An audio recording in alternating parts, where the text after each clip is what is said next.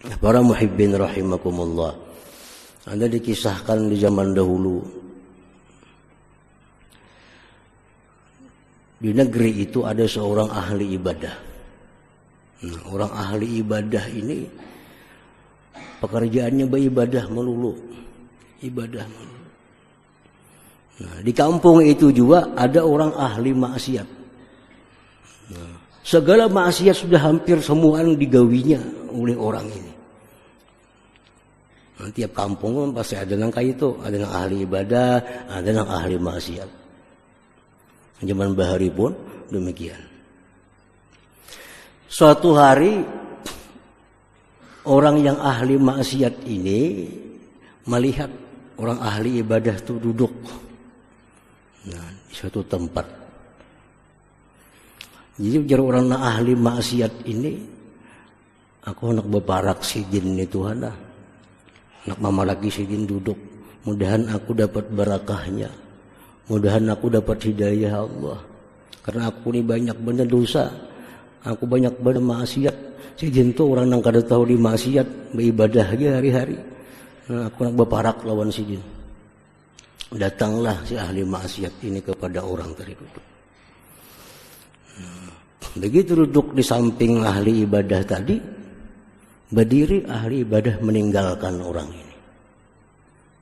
Berdiri. Dalam hatinya apa? Dalam hati orang ahli ibadah ini, apa orang beparak lawan aku sini, gawin maksiat melulu, membarakkan aku, nah apa ini maksudnya? Nah, dia merasa bahwa dirinya itu mulia, kada pantas duduk diparaki oleh orang yang ahli maksiat ini. Dia merasa dirinya mulia, kada pantas duduk di sampingnya orang yang ahli maksiat kepada Allah.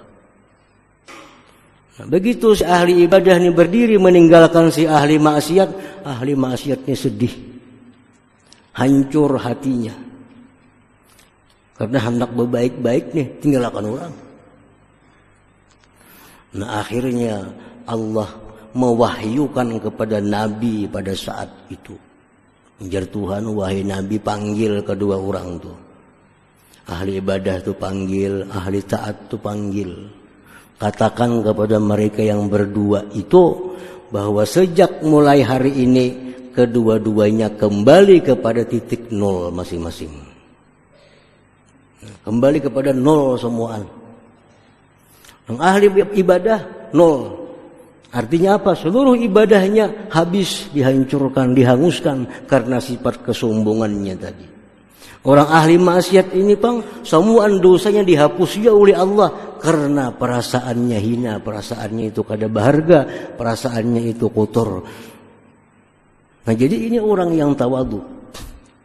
Nah, orang yang ahli maksiat tapi dia merasa hina, dia merasa kotor, lebih baik kedudukannya di sisi Allah daripada orang ahli taat namun dia merasa paling bersih, paling suci itu.